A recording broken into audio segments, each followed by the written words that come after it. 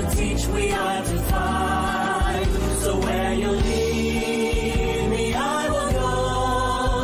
Touch my lips, by your strength I will go. I will go where you lead me, I will go. Where you lead me, who will go for us? I will go. I will go where you lead me, I will go. Where you lead me, here am I. Send me, Lord, I will go.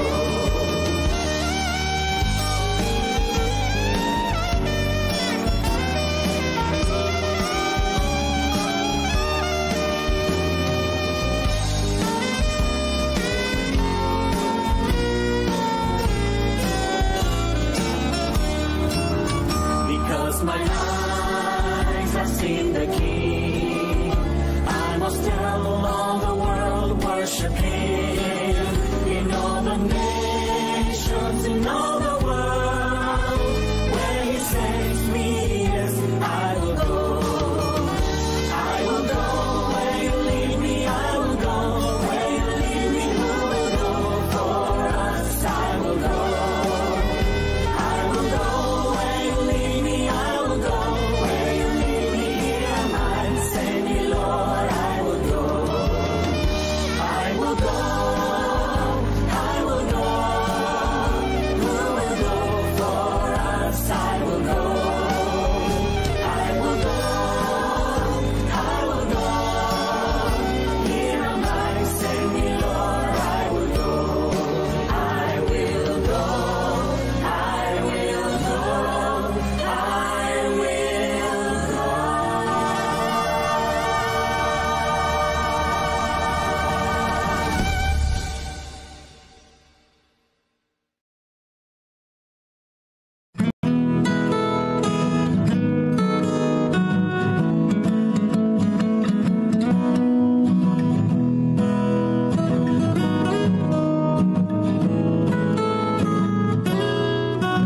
Pag di matanggap ang nangyari sa buhay na ito, sisisihin mo ang langit sa nadaramang kay pait at papatak na lang ang luha ng di sinasadya at hahanap ng malasakit kung saan-saan pipihit.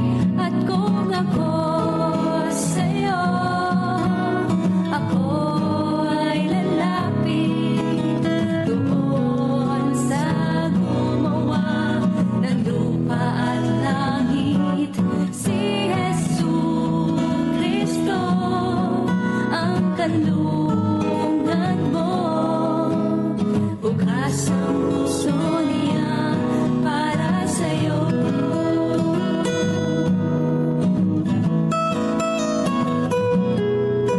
Pag lumipas na ang oras, lahat magwawakas, matatapos ang paghihirap, kalwalatian ang haharap, at titingin ka sa likod mo't magbabalik na lang. Makikita mong malinaw at ang lahat mapupukaw. At kung ako sa'yo, ako ay lalapit doon sa gumawa ng lupa at langit. Si Jesu Cristo ang kanlungan mo, bukas ang puso niya para sa'yo. Isang pagkakataon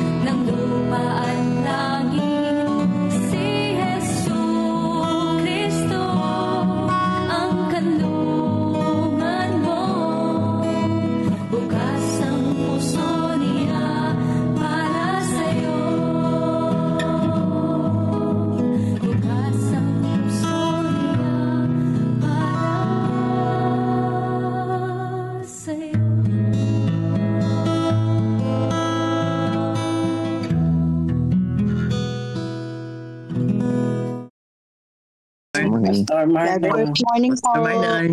First morning po. Muli po nating pasalamatan ng Diyos at parangalan sa kanyang kabutihan sa umagang ito. Minsan pa ay ginising tayo upang muli natin hong pasalamatan siya at sambahin sa magitan ng ganito hong platform na tayo sama-sama rito upang patuloy po natin ipagdiwang kanya pong kabutihan. Ang Diyos ay tapat at mabuti. Ang Diyos ay nagpapala sa bawat isa sa atin. Yung ating palamang pag-isip, mga kapatid, ay pagpapala na mula sa ating mahal na Diyos. Tayo po ay manalangin. Dakila at mapagpala po namin Diyos, aming pinasasalamatan ka sa pagkakataon ito na muling ginising kami upang aming po pagpatuloy ang aming pagpaparangal sa inyong dakilang pangalan. Aming po dalangin ang inyong banal na Espiritu ang makasama namin upang ang aming pong pagbabasa, pagbubulay-bulay yung salita ay matanin ng malalim sa aming puso at isipan at ito'y aming pong may sakupbuhayan sa araw-araw namin pamumuhay. Pagpalain po kami at patuloy maranasan yung banal na presensya sa banal na pangalan po ng aming Panginoon Jesus. Amen. Muli po ay God First Morning. Buksan po muli ang audio at batiin ang bawat isa ng God First Morning. God first morning. God first morning. God first morning po. Morning po. Good morning. Yan. Salamat po ng marami mga kapatid. Hindi lamang po Morning, Madam Polly. ay sa ating Facebook. Gandang bae. Okay, ngayon pong umagang ito ay ang atin hong magbabasa ay si Sister Polly Bidayo at mamaya Sister Diane Mendoza naman. Ito pong ating Bible reading ay matatungkol sa Joshua 16. Mamaya po sa ating Let's Report Guide si Sister Diane Mendoza naman ang mangunguna. So ibigay po natin yan ang pagkakataon kay Sister Polly para po sa kanyang pagbasa ng Joshua 16. Sister Polly, handa na po ba kayo? Yes po. Sige po. Okay. Salamat. Ang ating pong chapter ngayon ay Joshua chapter 16. At ito po ay mayroong pamagat na ang mana ng mga anak ni Ephraim. Naririnig po ba ako ng maliwanag? Yes po. Okay, salamat po. Ang wika niya dito, at ang kapalaran ng mga anak ni Jose ay nagmula sa Jordan, sa Jericho, sa tubig ng Jericho, sa dapong silanganan, hanggang sa ilang napasampa mula sa Jericho at patuloy sa lupaing maburol hanggang sa Betel. 2. At palabas mula sa Betel na patungo sa Luz at patuloy sa hangganan ng mga Arshita na patungo sa Atarot. 3. At pababa sa dakong kalunuran sa hangganan ng mga Japleteo hanggang sa hangganan ng Beth-horon sa ibaba, hanggang sa Geser, at ang mga labasan niyaon ay sa dagat. At kinuha ang kanilang mana ng mga anak ni Jose, ng Manases at ng Ephraim. 5. At ang hangganan ng mga anak ni Ephraim ayon sa kanilang mga angkan ay ito. Ang hangganan ng kanilang mana na dakong silanganan ay Atharot Adar hanggang Beth-horon sa itaas. At ang hangganan ay palabas sa dakong kalunuran ng Mikmeta at Hilagaan. At ang hangganan ay paliko sa dakong silanganan hanggang sa Tanat Silo at patuloy sa silanganan ng Janoa. 7. At pababa mula sa Janoa na patungo sa Atharot at sa Naara at abot hanggang sa Jericho at palabas sa Jordan. 8. Mula sa Tapwa ay patuloy ang hangganan sa dakong kalunuran sa batis ng Kana at ang labasan niyaon ay sa dagat. Ito ang mana ng lipi ng mga anak ni Ephraim ayon sa kanilang mga angkan. 9. Pati ng mga bayan na inihiwalay sa mga anak ni Ephraim sa gitna ng mana ng mga anak ni Manases. Lahat ng mga bayan nakalakip ng mga nayon ng mga yaon. 10.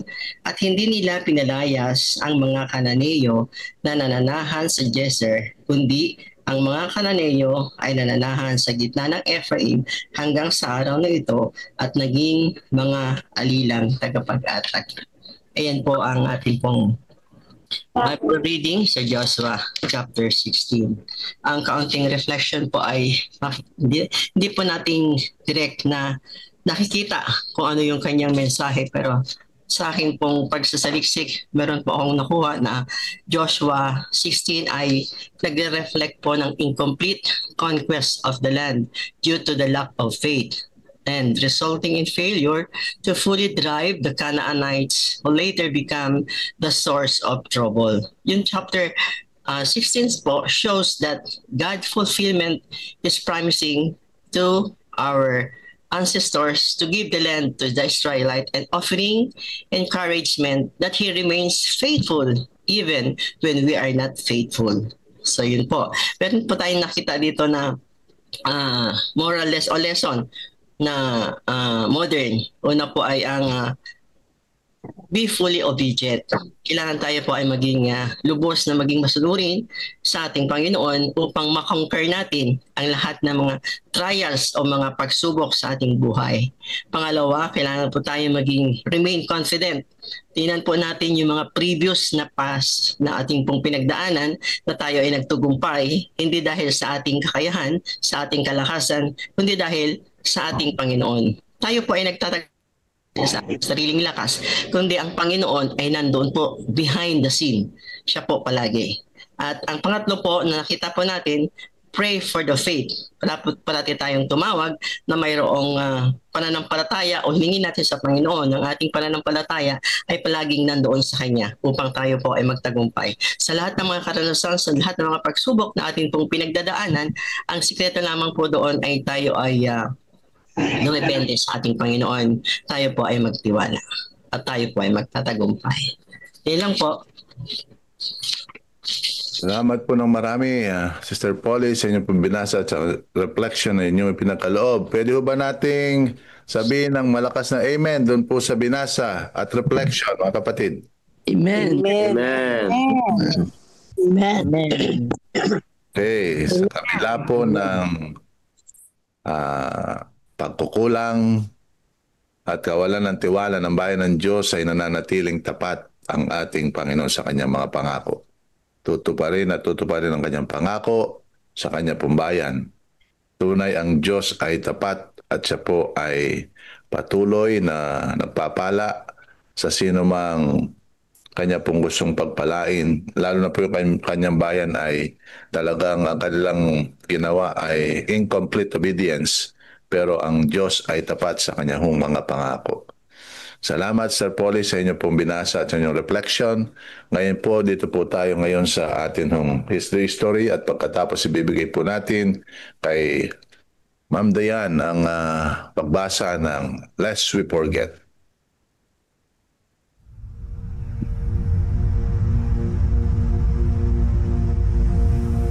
After Jesus returned to heaven, His disciples remained with the awesome task of taking the gospel to the whole world. Filled with the Holy Spirit, these men and women proclaimed the message they had received with boldness and power, reaching out to all corners of the then known world. But it was not without great opposition, first from the Jews, then from the Roman state. Many Christians were faithful to the point of death, suffering torture and humiliation from cheering onlookers at the Circus Maximus and Colosseum in Rome and throughout the empire. However, the blood of the martyrs only paved the way for the further spread of the gospel. After years of persecution by the Roman emperors, one of them, Constantine, professed conversion to Christianity in 312 AD. Now Christianity became popular, but it resulted in many pagan practices and symbols entering the church, particularly in Rome. The Bishop of Rome assumed more and more power and authority and began to oppose and oppress all who recognized Jesus alone as the head of the church and who accepted the Bible alone as the supreme authority. To escape this increasing persecution, God's true people withdrew to the wilderness areas of Europe.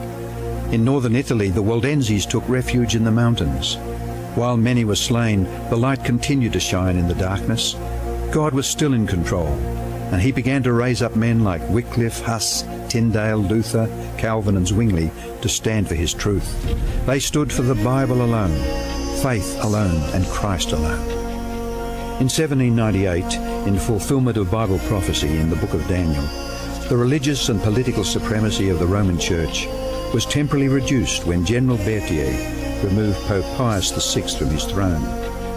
Consequently, in the decades that followed, there arose a great awakening of interest in the prophecies of Daniel, and many were convinced Jesus was soon to return. In the United States, the Baptist preacher William Miller was joined by hundreds of other preachers in their expectation of the return of Jesus in 1844. However, when Christ did not return in 1844, further Bible study led a small group to discover that Christ's ministry in the heavenly sanctuary was an explanation for their great disappointment. They discovered that the Bible taught that the seventh day was the Sabbath that Jesus had set aside for his people. Slowly they came to understand that their mission was to preach the three angels' messages of Revelation 14. Their goal as Seventh-day Adventists was to preach with power the everlasting gospel and to prepare the world for Christ's return. More than 160 years have now passed, years that have brought 2 world wars, numerous military campaigns, financial depressions, the rise of atheism and secularism, as well as a booming world population, with natural disasters increasing in frequency and intensity. Today, the Church's mission and message is more relevant and urgent than ever in its history. Jesus is coming soon, and the world must be warned. Prepare to meet your God.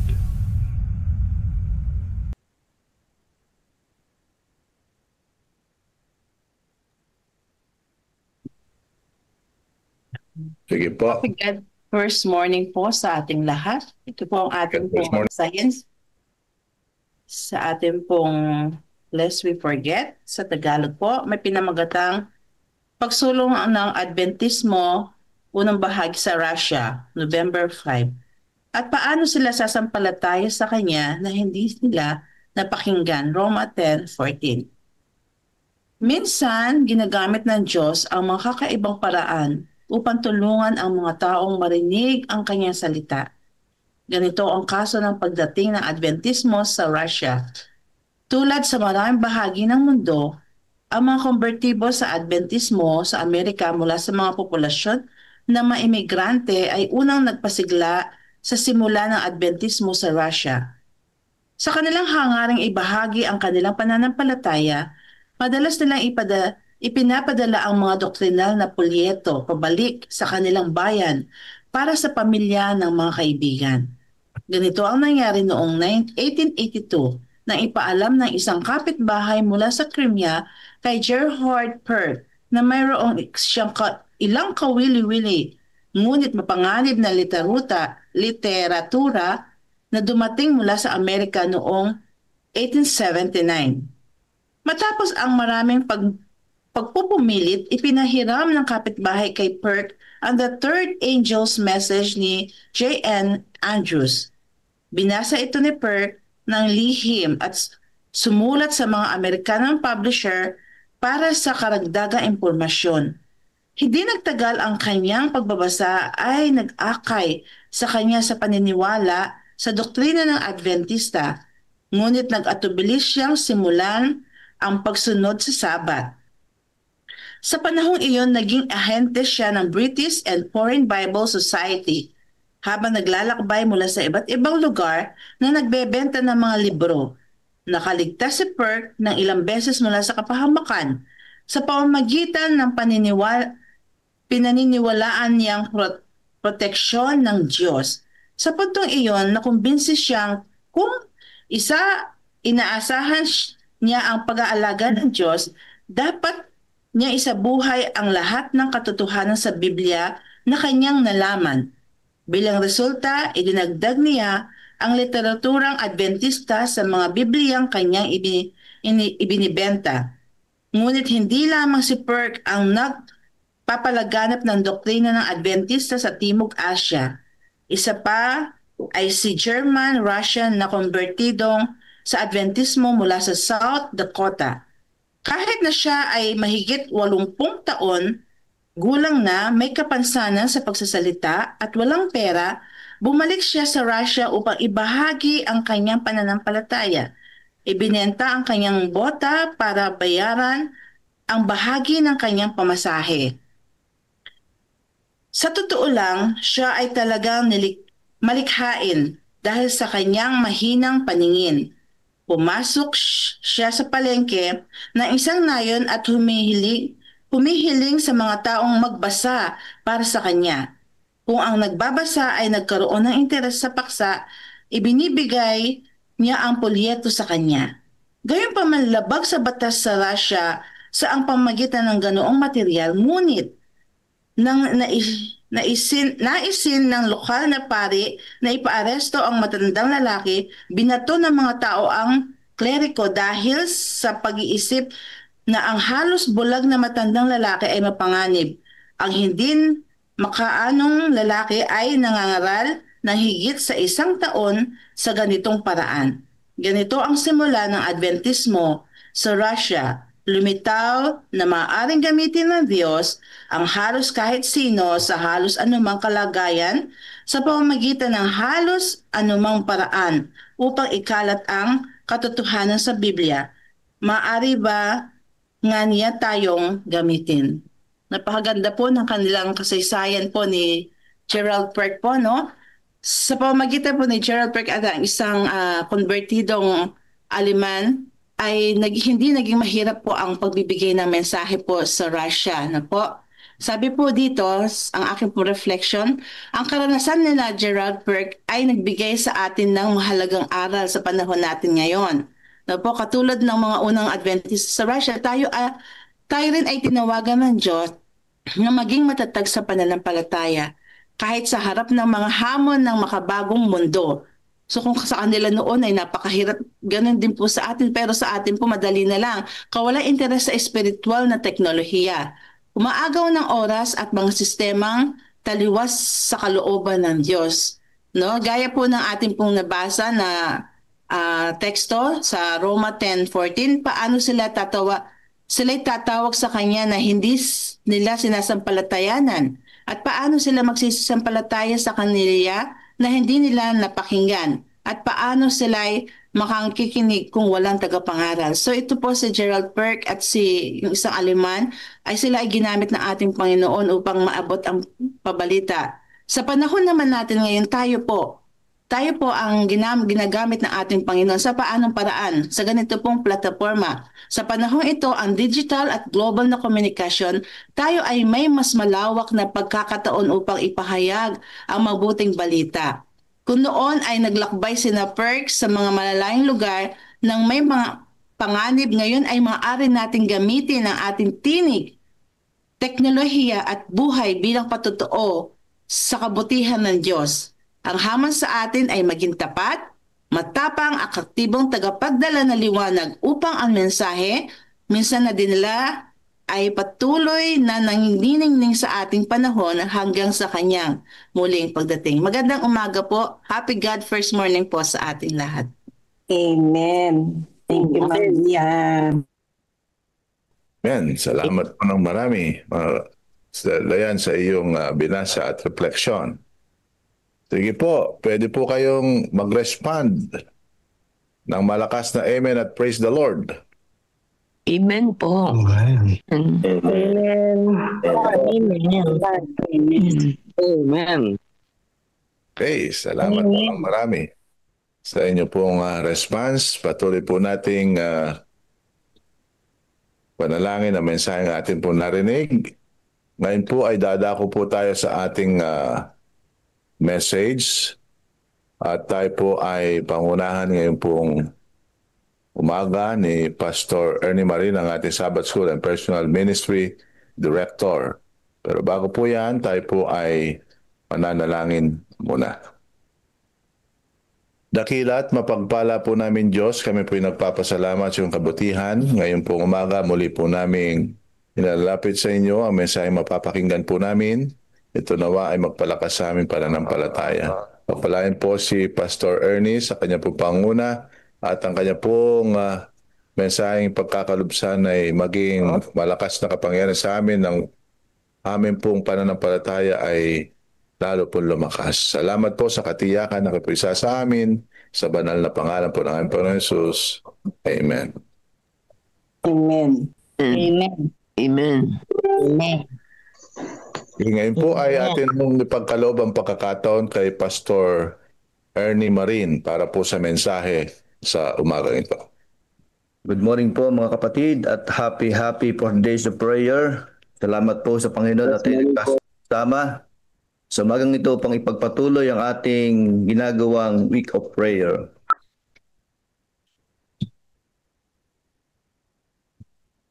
Morning, Pastor. Morning po. Ang paksa po na naibahagi po sa akin sa umagang ito, Spirit Baptism and Christ's Return. Tayo po'y manalangin. Dakilang Diyos, sa umagang ito, amin pong hinihiling ang paggabay at pahunaban ng Espiritu. Upang ang paksa na aming mapakinggan ay lalong magpapatibay at magpapalakas ang aming pananampalataya bago dumating ang inyong ikalawang pagbabalik. Salamat po sa pagdidig sa aming panalangin. Sa matamis na pangalan pa ng Jesus. Amen. Spirit Baptism and Christ's Return. Bakit po ito mahalaga mga minamahal kong mga kapatid? Ito ay magbibigay po sa atin ng paalala or reminder to each one of us na we need the Holy Spirit daily. Kung ating pong babasahin ang aklat ng Revelation chapter 4, chapter 7, verses 1 to 3. Ito po ang sabi. After this I saw 4 angels standing at the 4 corners of the earth, looking back the 4 winds of the earth to prevent any wind from blowing on the land, or on the sea, or any tree. Then I saw another angel coming up from the east, having the seal of the living God. He called out in a loud voice to the 4 angels who had been given power to harm the land and the sea.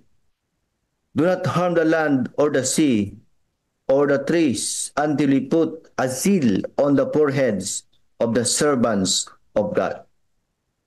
Dito po mga minamahal kong mga kapatid, nagpapaalala sa atin kung gaano kahalaga ang tatak ng Panginoon sa mga noo ng kanyang mga lingkod. Pinatigil ng anghel ang gagawing pagsira, pagwasak sa 4 na corner ng mundo. Dito po mga minamahal kung makapasad pag-aaral ay meron pong 2 kinds of seal. Kung ating pong babasahin ng Ephesians chapter 4 verse 30, dito po nakalagay ang gospel seal.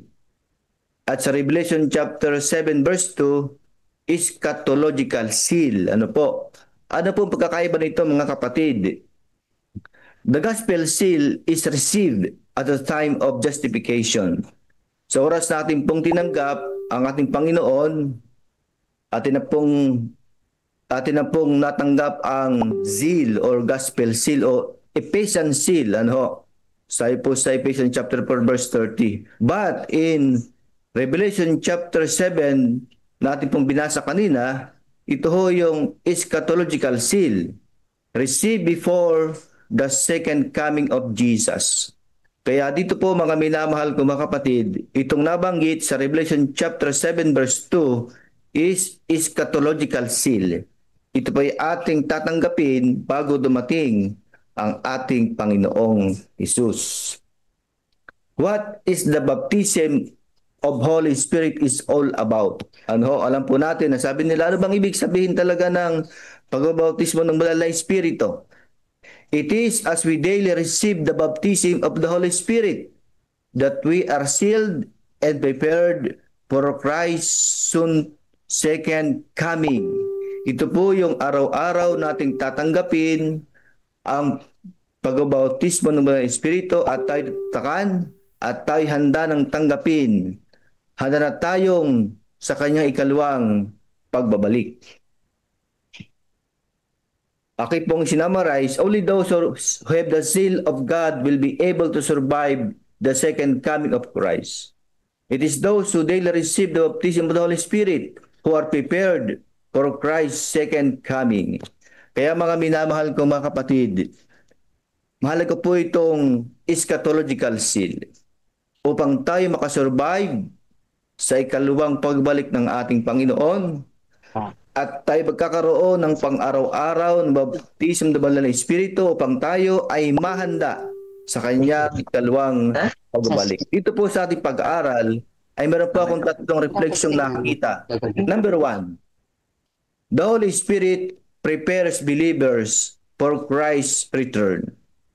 Kaya napakaganda po ng ating paksa ngayon about the Holy Spirit, the third person of the Godhead. Naihanda yung ating buhay, yung ating puso bago dumating ang ating Panginoong Hesus. Nothing but baptism of the Holy Spirit can bring up the church to its right position and prepare the people of God for fast approaching conflict. According to second manuscript, released page 30.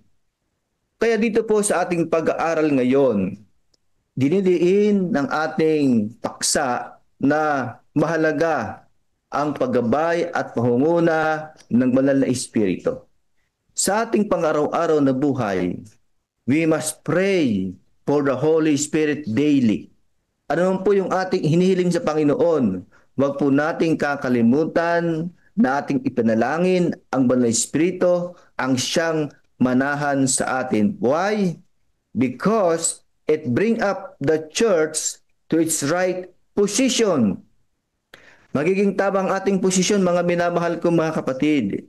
Magiging tama ang ating mga iniisip, magiging tama ang ating paglilingkod, magiging tama ang ating patuloy na pagmisyon for the prosper of God's mission and prepare the people of God for the fast approaching conflict. Alam po natin mga minamahal kong mga kapatid, darating ang panahon, marami tayong conflict na mararanasan at tayo ay kinakailangang maging matatag at we need the help of the Holy Spirit. Number 2, the Holy Spirit helps every believer cultivate a deep and personal relationship with Jesus.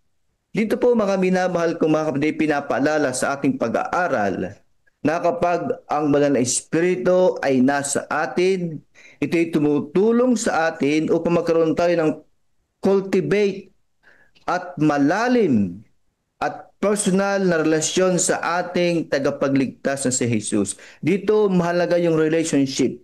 Dito mahalaga yung communication. Dito mahalaga yung ating patuloy na pagkakaroon ng maayos na ugnayan sa ating Panginoong Hesus. According to John chapter 17 verse 3, now this is eternal life, that they know you, the only true God, and Jesus Christ, whom you have sent. Ito isang paalala mga minamahal kong mga kapatid, na kinakailangang ating kilala talaga kung sino ang ating Panginoong Hesus. Ating siyang kilala ng lubusan, ating siyang kilala ng maayos at mabuti para magkaroon tayo ng maayos na relasyon sa Kanya. According to our reading, we have a danger. As Seventh-day Adventist, mga minamahal ko mga kapatid, according to our reading, sa author ng ating babasahin, tayo mga Seventh-day Adventist ay nasa panganib. Ano ho? Tayo ho ay nasa panganib. At sa ating pag-aaral ngayon, tayo po ay maaalis sa panganib by God's grace. We have a danger, ano? Ngunit ngayon, ito'y magbibigay po sa atin ng mas malalim na pananaw, mas maayos na ugnayan sa ating Panginoong Hesus. Bakit? We think we are secure and will be ready for Christ's return because we know about the Sabbath and the state of the dead and the manner of Christ's second coming at yung mga nasa 28 fundamental beliefs. This is a deadly error, mga kapatid. These teachings are important. However, this knowledge alone will not save us. Ano ho, mga kapatid? Ito po ang sabi ng ating pag-aaral. Alam natin ang 28 fundamental beliefs. Ano ho? Alam natin. Ngunit yung ating relasyon sa ating Panginoong Hesus ay kulang. Yung ating ugnayan sa Kanya ay hindi tama. Yung ating maayos na relasyon sa Kanya ay medyo sablay. Kaya sa umagang ito, muli po tayong pinapalalahanan na tayo ay magkaroon muna ng malalim na relasyon sa ating Panginoong Hesus upang sa ating pag-aaral, sa ating pagkaalam ng mga doktrina ng ating pananampalataya, ito ay hand in hand na magkasama. Ito'y magtutulong para tayo mga Seventh-day Adventists ay on the right track, nasa tamang daan na ating tutunguhin kung ano ang nais ng ating Panginoon na ipagawa sa atin. It is not what we know. It is who we know that will enable us to be saved. Mga minamahal kong mga kapatid, kaya ang sabi ng ating Panginoon sa aklat ng John chapter 15 verse 5, wala kayong magagawa kung hiwalay kayo sa akin. Kinakailangan po talaga na ating lubusang kilala kung sino si Kristo sa ating buhay. Kung sino si Jesus sa ating buhay. At kung ating nalaman, kilala si Jesus sa ating buhay, yung ating ginagawa ay seryoso. Ito ay intentional para lalo tayong makaranas ng patuloy paggabay at pangunguna ng ating Panginoong Hesus. Kaya mga minamahal ko mga kapatid, ating totoo bang lubusang kilala ang ating tagapagligtas na si Jesus? Tayo ba ay intentional siya nating hinahanap tuwing umaga, tuwing gabi o araw-araw para magkaroon tayo ng maayos na relasyon sa Kanya? Alam niyo po, ito pong ating ginagawang pag-aral ay makatutulong sa atin para tayong lahat ay lubusang mahanda sa Kanyang nalalapit na pagbabalik. Number 3, the Holy Spirit helps believers, transforms their character. Ito pong kahalagahan mga minamahal kong mga kapatid. Ang banal na Espiritu ay tumutulong sa mga mananampalataya para mabago ang karakter. O alam niyo, kung ating pong babasahin ang 1 Corinthians o 2 Corinthians chapter 6, yung Galatia, naroon po yung flesh and the fruit of the Holy Spirit na bago, sapagkat ang Banal na Espiritu ang siyang gumagabay, nangunguna, at ito'y makatutulong sa atin upang tayo ay patuloy na sumuporta at tumulong sa misyon ng ating Panginoon. Kinakailangan po yung ating karakter ay nababago by the help of the Holy Spirit upang lalo tayong magkaroon ng isang buhay na malapit sa Kanya. According to Christ Object Lesson, page 69, Christ is waiting with longing desire for the manifestation of Himself in His church. When the character of Christ shall be perfectly reproduced in His people, then He will come to claim them as His own. Ito ho ay napakahalaga. Isang paalala sa atin ng ating prophetisang si Ellen G. White na ma-reproduce ang kanyang karakter sa atin. Yung patient, faithfulness, love, long-suffering, sacrifice. Ito po'y napakalaga mga minamahal kong mga kapatid. At sa ating panahon ngayon, yung humility parang mahirap nang magawa. But by the help of the Holy Spirit, ito'y ating pong magagawa. At kung ito ay na-reproduce na sa ating karakter, by the help of the Holy Spirit, kapag ito ating naipamuhay, na kahit tayo ay ginagawa ng masama ng ating kapwa, ating siyang ipagpipray, Ating papatawarin siya. O ako po may narinig na isang kapatid. Sabi niya, hanggat hindi siya hanggat siya nasa simbahan, hindi mo na ako sisimba. Hanggang sa ako'y mamatay, hindi mo na ako sisimba. Sapagkat ayoko makita ang kanyang pagbubukha. Yung ganyong kaisipan, mga minamahal ko mga kapatid, ay atin na pong alisin by the help of the Holy Spirit. Sapagkat kung ito yung ating kaisipan, hindi po tayo makakapunta sa langit. Ang nais ng Panginoon, tayong lahat ay makapunta sa langit. Ngunit kapag yung ating karakter ay hindi nababago, kahit anong basa po kahit anong basa ng Biblia, kahit anong basa ng Spirit of Prophecy, pero yung ating karakter ay hindi nababago, para pong ito'y walang kabuluhan, mga minamahal kong mga kapatid. Kaya sa ating 4 days of prayer, ito po ay makatutulong para yung ating karakter ay unti-unting mabago sa tulong ng banal na Espiritu. God tells us that we are in a Laodicean condition. If we don't change, we will not be ready for Christ's return.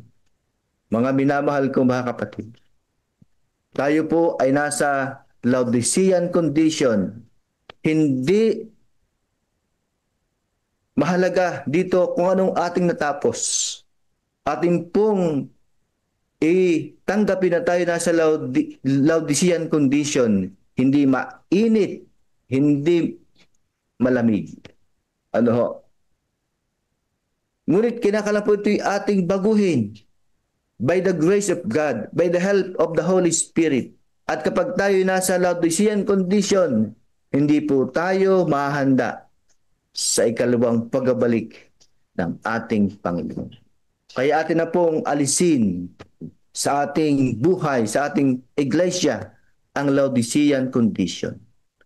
Tayo ay humingi ng tulong sa banal na Espiritu upang tayong lahat ay sama-samang mahanda sa kanyang nalalapit na pagbabalik.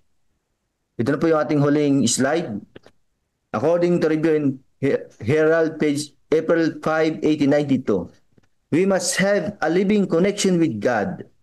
We must be clothed with power from on high by the baptism of the Holy Spirit, that we may reach a higher standard. Further is help for us into another way. Kaya mga minamahal ko mga kapatid, ito isang paalala sa ating lahat na magkaroon tayo ng living connection with God daily upang ating tanggapin ang pagbabautismo ng banal na Espiritu. This is my prayer this morning. Amen. Amen. Amen. Salamat ng marami. Amen. Marin, sa itong message. Amen. Okay, tayo po ay pupunta po sa breakout rooms. Ang ating prayer focus ay yung pong marginalized and needy sa loob po ng CLPM territory. Sa atin hong reflection questions ay nandito po sa group chat po natin. Pwede po sa ating chat box, pwede po ninyong picturean. Number 1 question is knowing the doctrines of the Bible all we need in order to be saved? Why and why not? Number 2, what does the baptism of the Holy Spirit do for our relationship with Christ? So yung dalawa pong reflection question na yan ang atin po i-discuss sa atin pong breakout rooms at doon po tayo magpipray mamaya. Pwede na po tayong mag-separate by rooms. Pwede pong ano na lang po yung atin pong breakout rooms. Salamat po.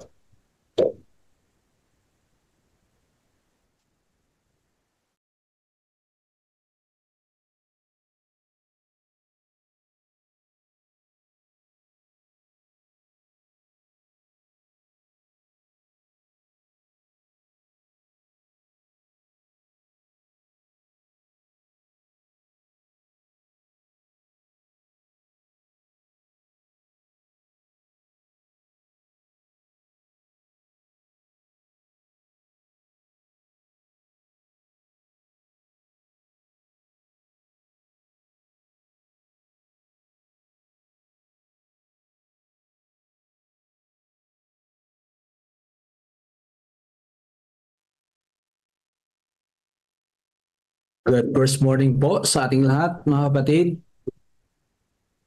Good first morning. Good first morning po. So ngayong umaga po, mga kapatid, ay i-lead out ko ano po. Good morning po sa ating lahat. Sister Risa, kay Ma'am Marlene, Pastor Orlan, and then Sister Melba, and then dito rin si Brother Melvin. Ang unang katanungan po ay, sapat na ba ang pag-alam sa mga doktrina ng Biblia upang tayo ay maligtas? Bakit? Oo o bakit hindi? Okay. Sige po.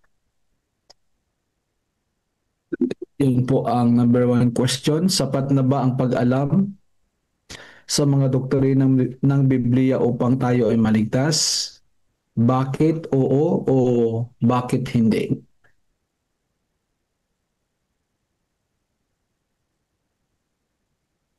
Sige po, kung mayroon po kayong mga thoughts regarding po dito sa ating pong unang question.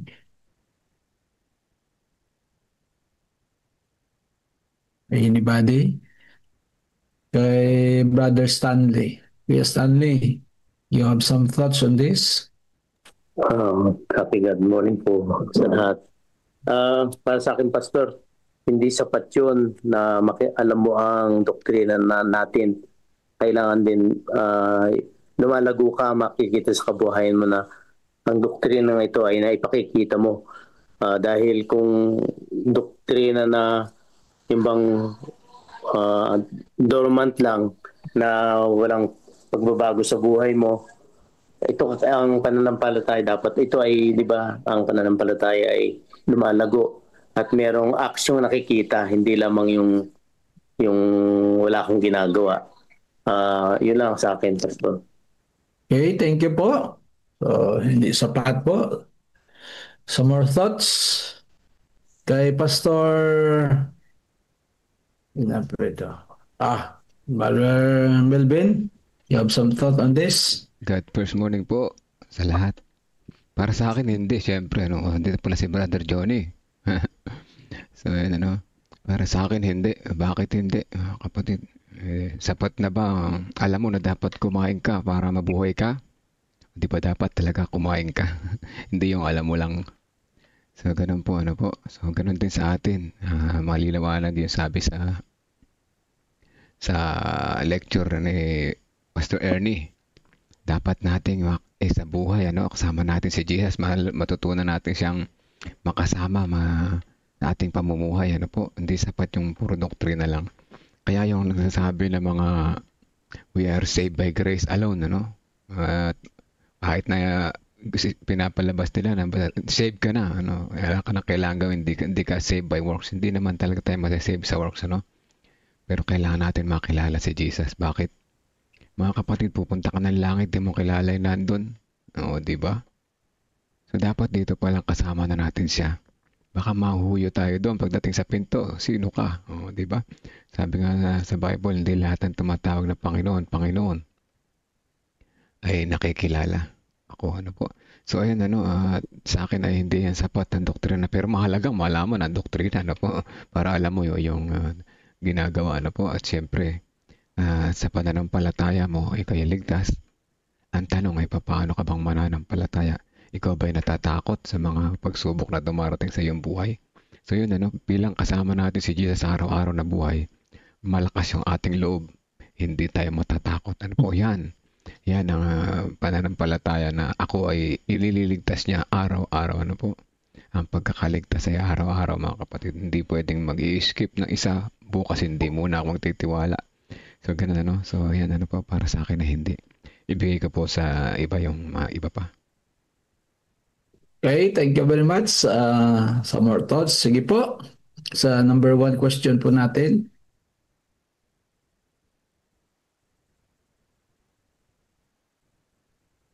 Sige po, meron pang Hindi, opo. Sa akin din po hindi. Kasi marami naman pong nakakaalam na ng doktrina natin pero wala naman pong sumunod.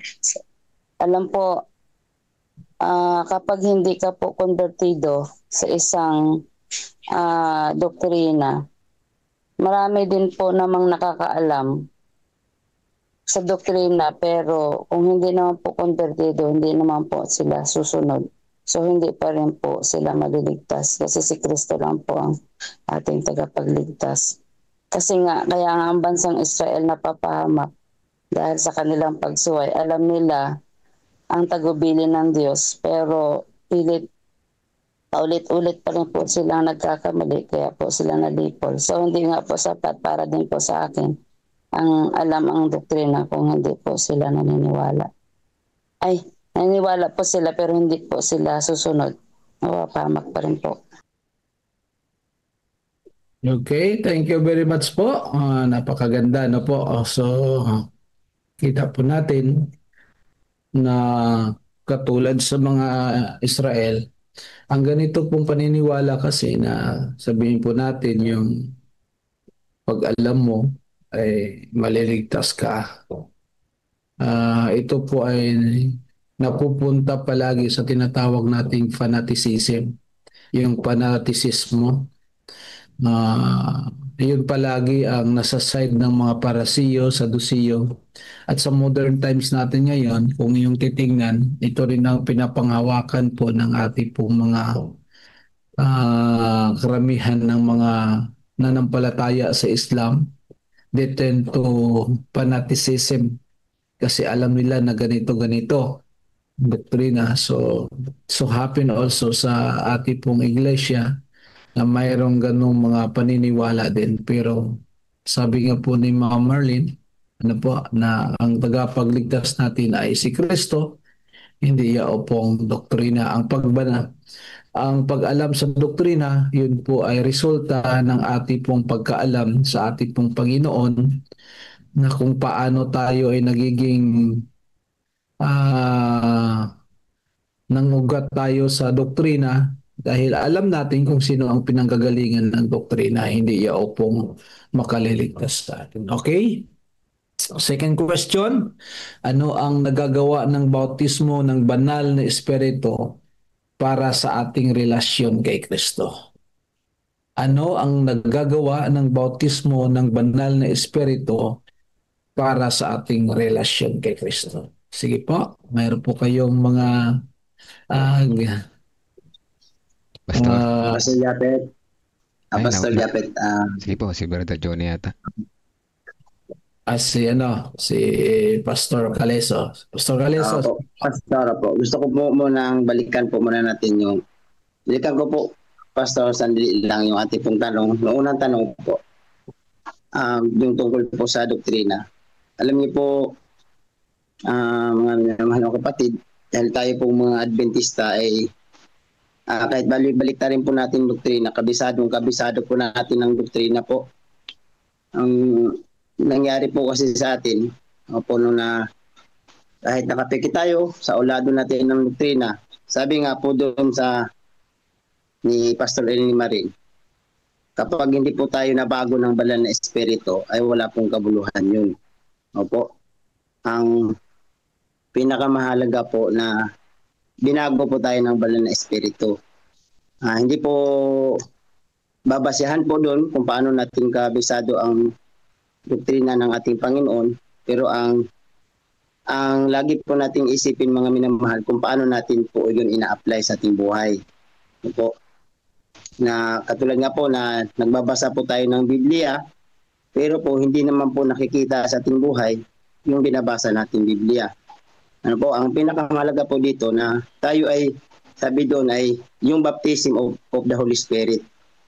Sabi doon po ba sa Galatia po na kung nasa atin po yung Holy Spirit, nakikita yung fruit of the Holy Spirit po, mga minamahal. Sabi nga po ni Pastor Marin, alam niyo po na kapag meron po tayong hindi po napatawad, kahit isang tao, ay hindi po tayo karapat-dapat na napasok sa kanang langit. Ayun po, mga minamahal. Kaya po ay kapag hindi po nabago ang ating pong buhay, ay wala din pong kabuluhan, no? Sabi po ni Pastor Marin, yung mga doktrina o yung pagbabasa natin ng Biblia. Yun lang po, maraming pong salamat po. pagpalain din ng Panginoon. Okay, thank you po. So maraming salamat, Pastor Caleso. Yun din po ang aking pong na-notice mga kapatid. Noong nasa Visayas ako, may mga magagaling na debatidor, alam na alam ang doktrina. Pero kulang sa relasyon sa Panginoong Kristo. Ang kalalabsan sa huli, lumalabas sila sa iglesia. Bakit? Dahil wala si Kristo sa kanila, magaling lang sa debate. Pero kung pakinggan mo minsan, wala ng essence yung kanilang parang walang kapangyarihan yung kanyang sinasabi. Kasi nakabatay lang doon sa doktrina, hindi nakabatay kay Kristo. Okay, thank you po. So, kasi po doon sa ating pong pangalawang question. Ano ang nagagawa ng bautismo ng banal na espiritu para sa ating relasyon kay Kristo? Ulitin ko po. Ano ang nagagawa ng bautismo ng banal na espiritu para sa ating relasyon kay Kristo? Sige po. So, some thoughts on this? Thank you, Brother Melvin. Sister Marlene po. Sumingit po. Sige po. Sorry, Ma'am Marlene. Po, sir. Sapat na kalakasan po, sapat na kaalaman kapag tayo po ay nabautismahan ng banal na espiritu, ay yung pong ugali po natin dati na walang kontrol po minsan, bugsong galit, may tendency na maghihigante, lalo na kapag ikaw ay naapi pero dahil sa banal na espiritu na marahil tayo ay nabinyagan, natutunan nating magpakumbaba, mas pinili nating magpakumbaba, matalo, parang yung magpaparaya po. Sapat na ang pag-ibig ng Panginoon makikita para magawa mong magpakumbaba, alang-alang sa panampalataya at relasyon sa Panginoon. Yun po ang alam ko po. Kapag may banal na espiritu na po sa atin, ay sapat na kalakasan, sapat na talino, knowledge of wisdom from above, at inspiration na kahit gaano kahirap ang gawain, ay talagang mas masarap pa rin na gawin para kay Kristo, hindi na para sa sarili natin, yung mga ganong bagay, Pastor. So, kita rin po natin na ang manggagawa na may banal na espiritu ay kakitaan din po talaga ng inspiration na kahangaan mo hindi para sa sumikat kundi ma-inspired ka doon sa kanyang ugaling na ipapakita. Yun po ang isa po na nakikita ko po, Pastor. Salamat po. Okay, maraming salamat, Marlene. Sige po. Sino po ang... Sige po, Brother. Maganda yung shinare ni Ma'am Marlene, So, ang pinaka nakita ko dito, kapag talagang tinanggap natin ang bautismo ng Holy Spirit, dapat may mababago sa ating buhay. Dapat may paglago. Kaya kung titingnan natin yung ating sarili, ako may lumago na? May nagbago na ba sa akin? So, yun maraming mga bagay na pwede nating tingnan, Ako ba excited na kasama si Jesus sa bawat araw sa aking buhay? So pagka tayo ay hindi nakapokus pa rin kay Jesus, nakapokus pa rin sa libutan at sa ating sarili, ay hindi po tayo tunay na bautismo ng Banal na Espiritu. Ibig sabihin, hindi natin tinanggap ng tunay ang bautismo ng Holy Spirit. Nalaman lang natin pero hindi natin tinanggap. Kagaya ng mga previous na questions, mga nakakaraang araw, napakahalaga yan, makakapag-work ang Holy Spirit sa ating buhay. Kung pangungunahin natin siya na mag-work sa ating buhay at magiging magagawa niyan ay mababago yung ating buhay. Lalago tayo, sigurado 100% na lalago. Pero yun mo, wala naman hindi magandang pakay sa atin ng Diyos, ang Holy Spirit, kundi puro paglago at kabutihan para sa atin, para sa kapwa natin at para sa lahat na nakapalibot sa atin. So ayan po ang sa akin, Pastor. Okay, maraming salamat, Brother Melvin. Napakaganda ng thoughts na yan regarding po sa ating question. Sige po, meron pa pong ating pong mga kapatiran. Sa akin po, Pastor. Sige, pag meron kung baptism ng Holy Spirit ay nagbibigay sa atin ng kapangyarihan upang magkaroon tayo ng malalim at makabuluhang relasyon sa ating Panginoon. At hindi lang sa Panginoon, kundi sa ating mga kapatiran. Nalilinang sa atin yung magkaroon ng unity, makipag-ugnayan ka sa mga kapatiran upang lalong maging matibay ang iyong relasyon sa ating Panginoon. Ito lamang po, Pastor. Okay, maraming salamat. Ang iba, pwede natin mapakinggan. Sister Melba, Sister Risa. Sige po, si Brother Johnny. Brother Johnny. Good morning po sa ating lahat and happy God bless morning. Brother Melvin. Andyan rin pala inaano ko si Pastor Paliso. Sa akin naman po, ang nakikita ko doon pagka tayo na bautismuhan ng banal na espiritu, katulad na ng nabanggit ng iba nating mga kapatid, merong pagbabago sa ating buhay. At meron ding pagtitiis, 'di ba? Merong sakripisyo sa katulad ngayon mga kapatid na meron tayong programa ganito. Mapakasarap matulog di ba? Lalo't malamig, Brother Melvin. Tama. Umuulan-ulan. Tapos umuulan-ulan, malamig, tapos pagod, masarap matulog. Pero dahil sa pagmamahal mo at meron kang bautismo ng banal na espiritu, gigising ka ng maaga. Tama. Kasi diyan ang pero kung wala sa atin ang pagbuhos ng Holy Spirit unti-unti, hindi na, kasi dati sanay tayo, di ba, alas 5. Umigising tayo ng alas 5 nung una. Pagkatapos ngayon, biglang naging yung dati, binago natin, ginawang alas 4. Andyan yung sakripisyo. Ito yung, pag sinunod kasi natin yung ating sarili na kagustuhan, hindi natin ito magagawa. Pero dahil sa tayo ay nabuhusan ng banal na espiritu, merong kurot, di ba? Yes. Yun ang sinasabi ng merong kurot, pero masaya. Masaya. Kaya ngayon nga mga kapatid, hindi pa natin na-ilo-launch yung, ako sa sarili ko, hindi pa natin na-ilo-launch yung ating commitment sa Panginoon. Di ba meron tayong ginukuha na programa, yung 1,000 per month na i-donate natin para sa yung pamilya natin, mga kabahagi, sa pagtatayo ng bantayan. Ako mga kapatid, sabi ko nga kahit na anong hirap ng buhay, kakayanin natin yan. Hindi natin may pagkakait na ibigay sa Panginoon. Ako nga, sabi ko nga, nung isang nakarang panahon na nahuli po ako ng LTO. Kasi yung palang yung aking tricycle na ginagamit ay paso yung aking tawag doon, yung rehistro. Nagpunta ako ng San Fernando sa region. Dinala yung para tubusin yung aking lisensya. Alam niyo ba kung magkano yung aking tubos? 12,000.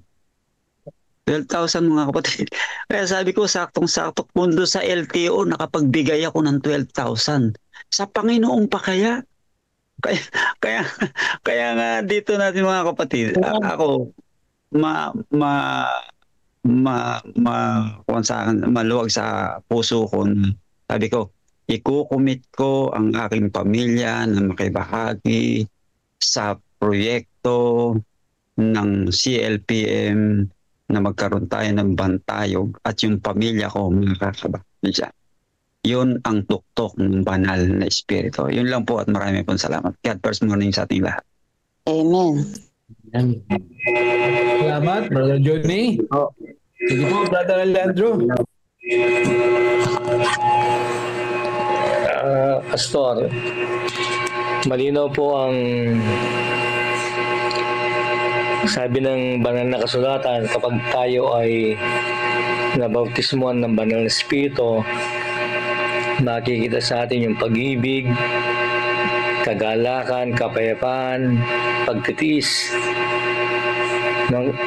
Pastor, minsan yung ating mga kapatid makikita natin sa sa pakikinig lang ng salita ng Diyos sa second service.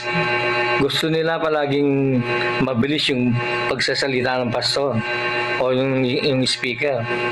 Kapag napahaba yung pag-speak ng pagsasalita ng speaker, naiinip yung mga kapatid. Kaya malinaw po na sinasabi ng banal na kasulatan, kapag makikita sa atin yung baptismo ng banal na Espiritu, yung pagiging matiisin, at yung palagi tayong nagagalak na makinig ng salita ng Diyos upang tayo lumago sa ating Panginoon. Yun po ang nakapokus yung pagkakakilala, yung paglago natin bilang isang mananampalataya, makilala nating lubusan ng ating Panginoon. Yun po ang main na gawain ng banal na Espiritu, Pastor. Thank you po. Aking muling ulitin para sa ating pong mga bagong pasok na mga kapatiran. Ano po? Question, ano ang nagagawa ng bautismo ng banal na Espiritu para sa ating relasyon kay Kristo? Yes. Meron pa ang iba pa ang mga kay Sister Mary. Kay Sister Dolores. Sa ating pong pinag-uusapan.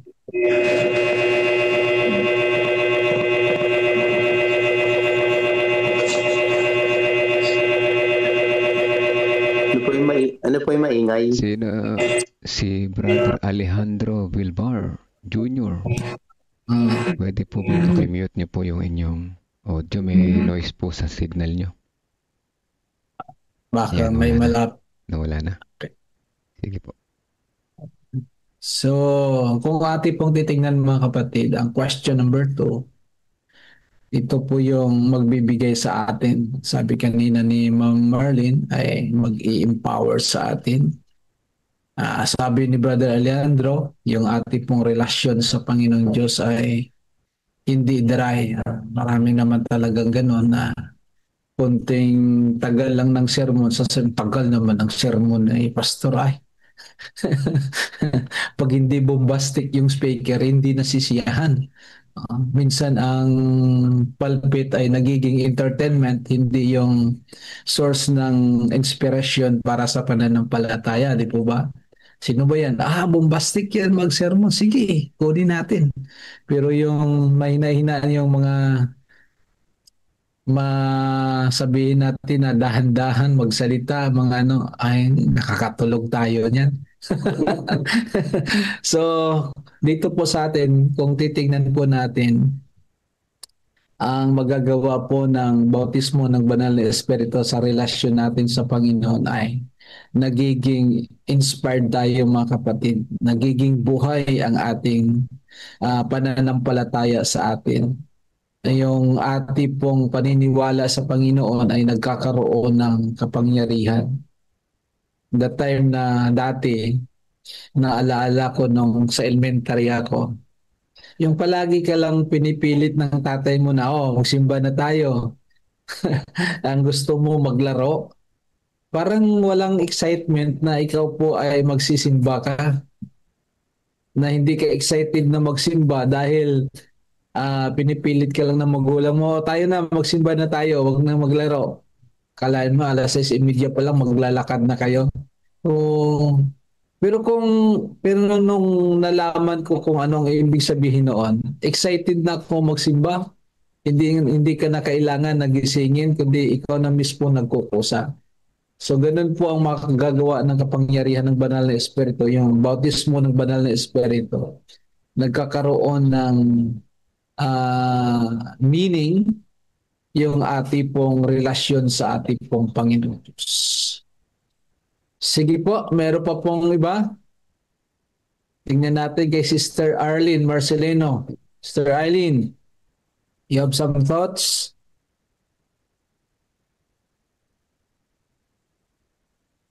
Kay Sister Dolores, Maria Dolores Asunbron, you have some thoughts sa ating pong pinag-usapan ngayong umaga. Sige po. Magandang umaga po. Happy God po. First morning po sa atin. Good first morning po. Sa inyo po, Pastor. Sa akin po, Pastor, ang nagagawa po ng bautismo ng Banal na Espiritu sa amin o lalo na po sa akin ay yung karanasan natin na tayo pinatitibay po, Pastor, kung ano po yung mga pagsubok na nararanasan natin sa ating pang-araw-araw na pamumuhay, pinapatatag po tayo na dahil po doon nagkakaroon po tayo ng mas matibay na relasyon sa ating Panginoon at lumalalim yung ating pananampalataya sa Kanya. At lalo tigit, halimbawa sa ating paglilingkod bilang mananampalataya bilang miyembro ng iglesia, kapag puspos po tayo, Pastor, ng Banal na Espiritu, nawawala po sa ating mga puso yung halimbawa mayroong inggitan, alitan, at saka yung nawawala po yung pagkakabahagi. Hindi po natin yun na maiisip kasi sabi po dun sa Efeso 4 verse 3, pagsikapan ninyong mapanatili ang pagkakaisa ng Espiritu sa buklod ng kapayapaan. So lahat ay nagkakaisa sa layuning naglilingkod tayo sa Diyos.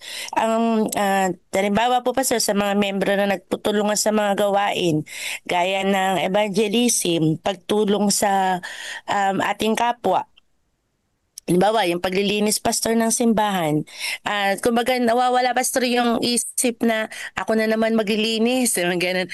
Kami na naman ang nandito sa iglesia. Kasi, kumbaga, Pastor, nakikita natin na nabibless din tayo na dun yung biyaya sa atin. Kahit na, kahit isa ka lang na gumagawa doon. Pero na, mo talaga na nandun yung pagpapala ng Panginoon. Amen. Maraming salamat po, Sister Dolores. Napakaganda ng thoughts na yun. Oo. Yun ang magagawa ng bautismo ng Banal na Espiritu na hindi na nagbibilang-bilangan. O kayo naman ang maglinis o di kaya ako na lang pala ang doon sumusuporta. Wala namang iba. Nawawala yung ganung isipan, nagkakaroon po ng pagkakaisa sa iglesia. At kung iyo pong matingnan, mga kapatid, yung ganung yung ganung isipan, yung ganung pangyayari sa loob ng iglesia, ay masasabi po natin na nagkakaroon ng kasiyahan, talagang damang-dama mo na gumagawa ang kapangyarihan ng Banal na Espiritu sa puso ng mga kapatid. Okay, maraming salamat po. Some more thoughts? Sister Eileen.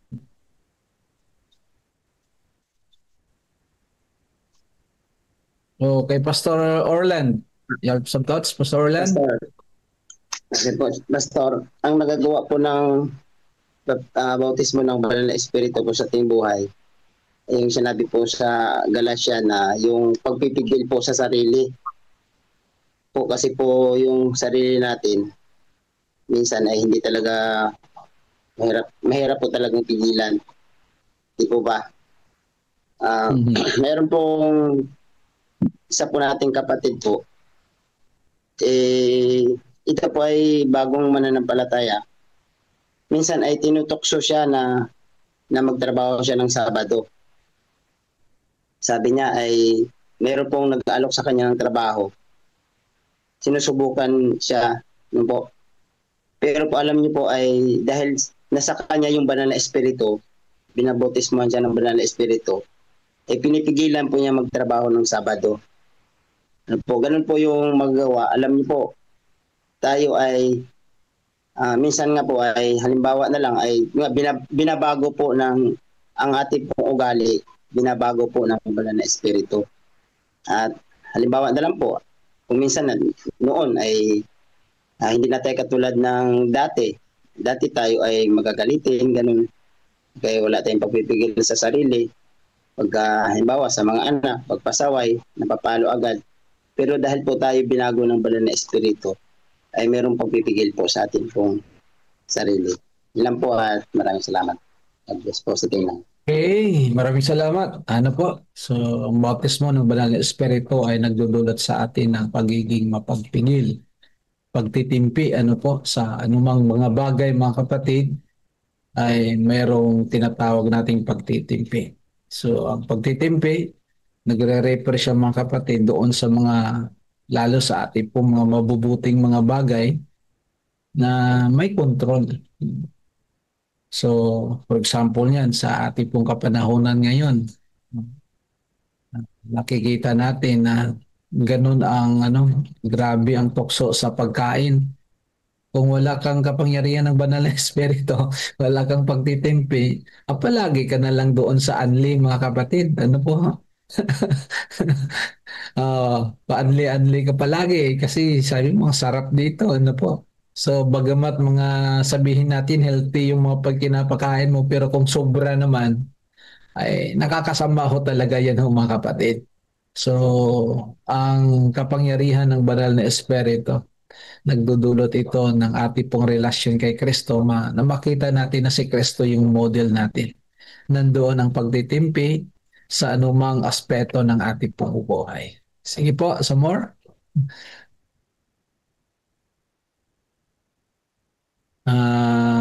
Kay Sister Mary, kung kayo po ay nandyan po sa inyo pong nakikinig, ano po, sige po.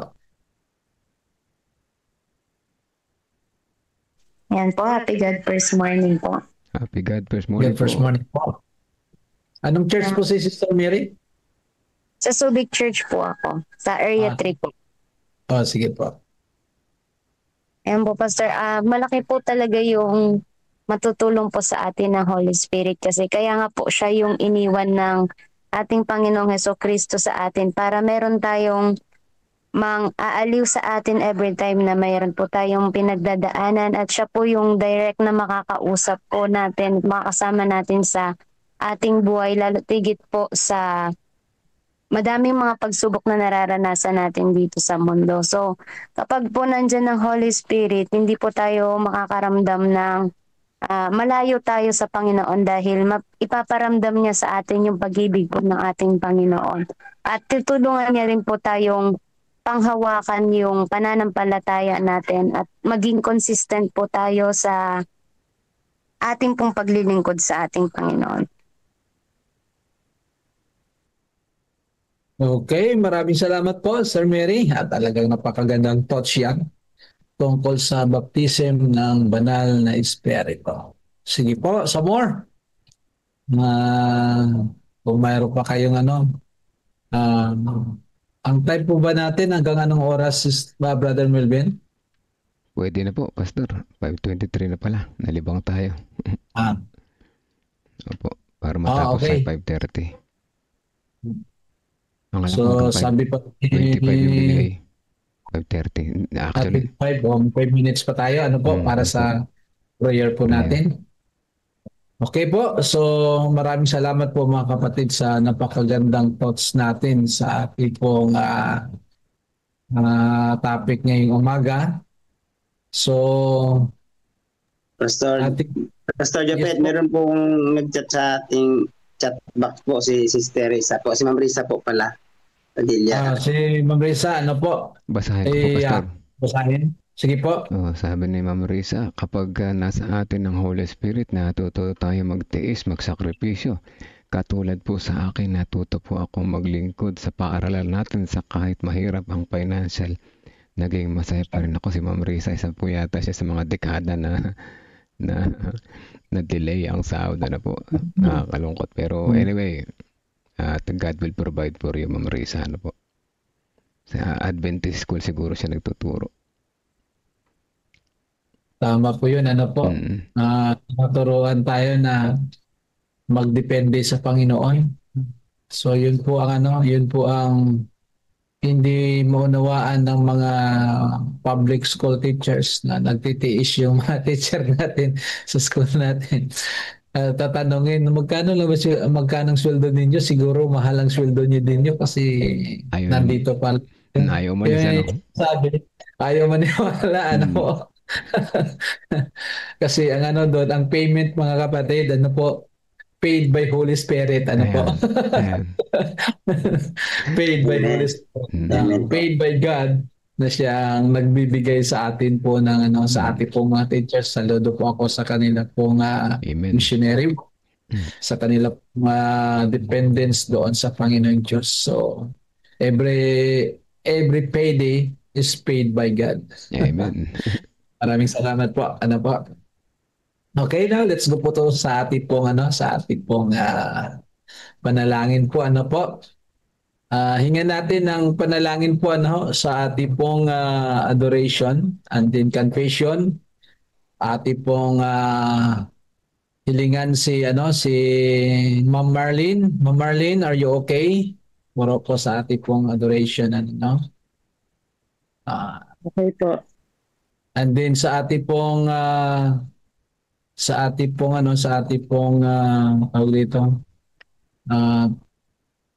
confession po, I mean sa ating pong supplication and thanksgiving and supplication, ating pong hingan si Pastor Orlan. Pastor Orlan? Yes po, opo. Okay, let's start po mga kapatid sa ating pong panalangin.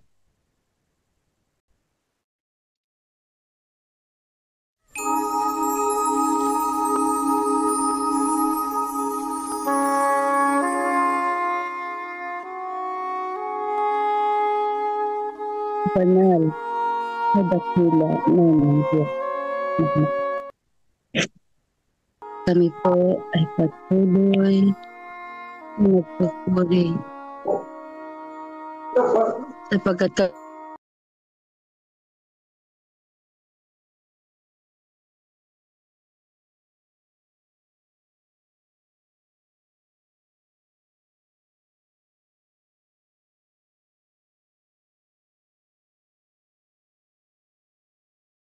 Marlon, nakabalik na po ang lahat. Ba?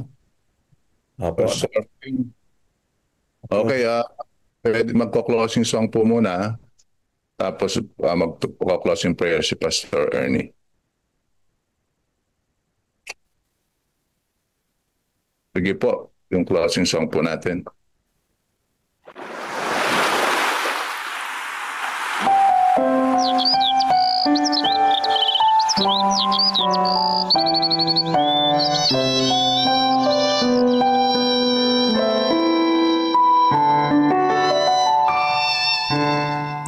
Kapag kay Kristo'y tayo'y magtatapat, sa lahat ng bagay ay magiging sapat. Sa bawat oras namang patnubay, tiyak nakakamtin walang hanggang buhay. Ang Diyos ay nangako sa mga taong tapat, sa lahat ng bagay ay magiging sapat. Atin siyang purihin sa lahat ng oras, awit ng pagluwalhati ating itaas.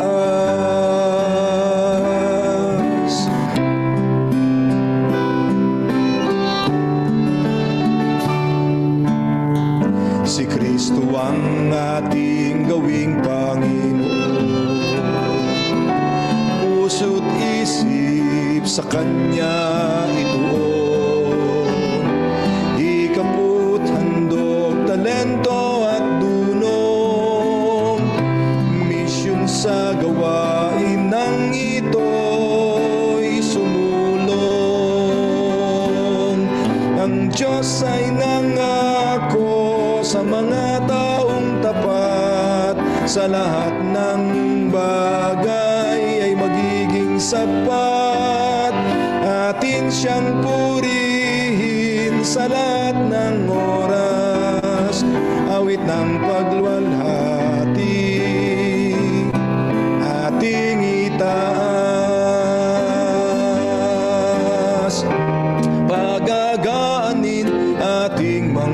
lampasan, sa mga suliranin kanyang tutulungan.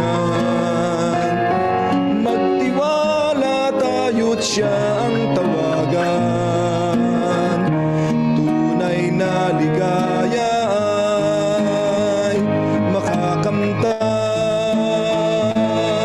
Ang Diyos ay nangako sa mga taong tapat, sa lahat ng bagay ay magiging sapat.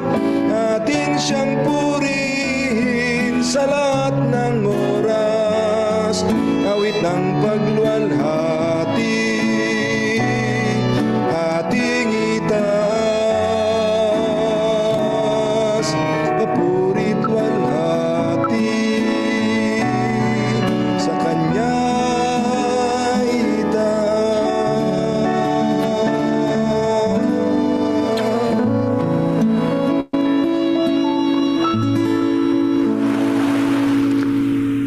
Tayo po'y manalangin. Panginoon, marami pong salamat sa banal na Espiritu na inyo pong pinagkaloob sa amin.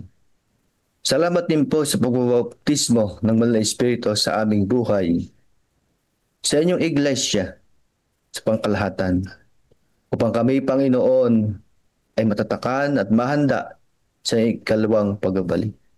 At habang kami pinag-iintay sa ikalawang pagbabalik, Panginoon, inyo po kaming gamiting instrumento upang abutin ang ibang mga tao, upang aming ibahagi ang katotohanan sa iba, at patuloy sa sumuporta sa inyong misyon.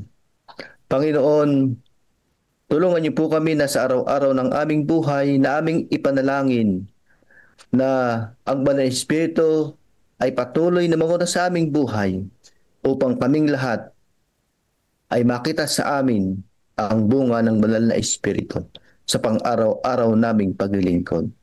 Salamat po, o dakilang Diyos, sa pagdidig sa aming panalangin, sa matamis na pangalan ng aming tagapagligtas na si Jesus. Amen. Amen. Amen. Amen. Maraming salamat. Amen. Amen.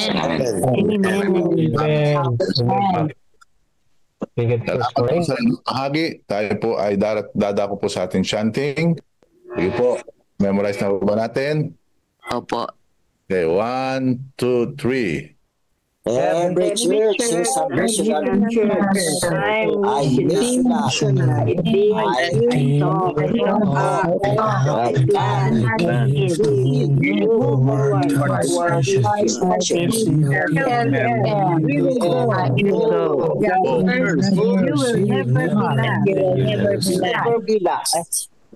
Pastor Joey. Sa katapos-tapusan, mga kapatid, mangagpakasakdal kayo, mangaliw kayo, magagkaysa kayo ng pag-iisip, mga buhay kayo sa kapayapaan. At ang Diyos ng pag-ibig at ng kapayapaan ay isa sa inyo. Ang biyaya ng Panginoong Hesukristo at ang pakikipisan ng Banal na Espiritu ang sumainyo nawang lahat sa araw na ito. Amen. Amen. Amen. Good morning po. Good morning po. Good morning. Thank you po. Good morning. Good morning. Good morning. Is a blessing. Good morning. Nasa Kalawakan ka, Pastor Joey. Okay po. Ingat, Sister Malu. Brother Johnny, alata si Brother Johnny. Makakalakad ba tayo? Salamat po, mga kapatid. God bless. Amen, mga kapatid. Bagaman masarap ang makipag-untahan doon, pero tayo ay pinagpala ng Panginoon sa umaga na ito. At muli tayo ay na-bless. Yan ang magagawa sa atin ng Holy Spirit kung tayo ay nabautismo ng Holy Spirit.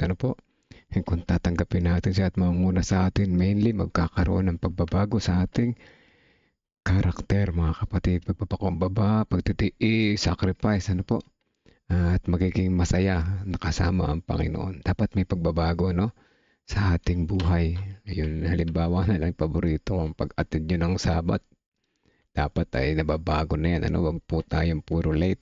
Kung late sila, hayaan natin silang late. Mag-encourage tayo, wag yung gayahin din natin silang late. So yan yung ating lesson ngayon. At nawa, mga kapatid ko, wag tayo manatili sa dating ako. Pagkos mapunta tayo sa bagong ako, nakasama ang Panginoong Jesucristo. Sa mga bagong pangalan ay welcome po kayo. Jen Jaime, ayan, basahin ko yung mga bagong pangalan. Nakita ko, marami tayo kanina sa 30. Kasi wala yatang nag-live sa CLPM, Kaya naka-join dito iba. Pero anyway, yan po ang ating devotional.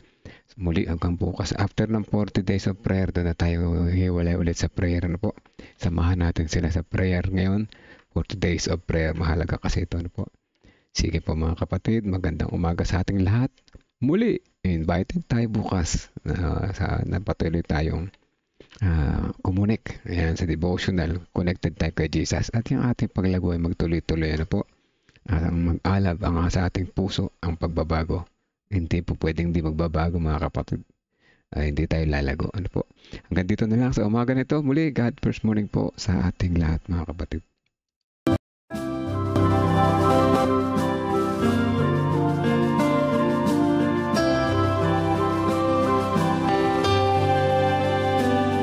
I hear the voice of Jesus calling.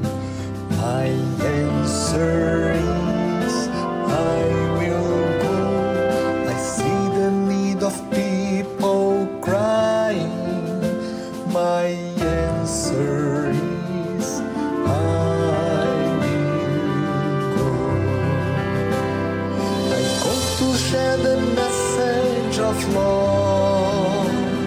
I go to share the blessed hope.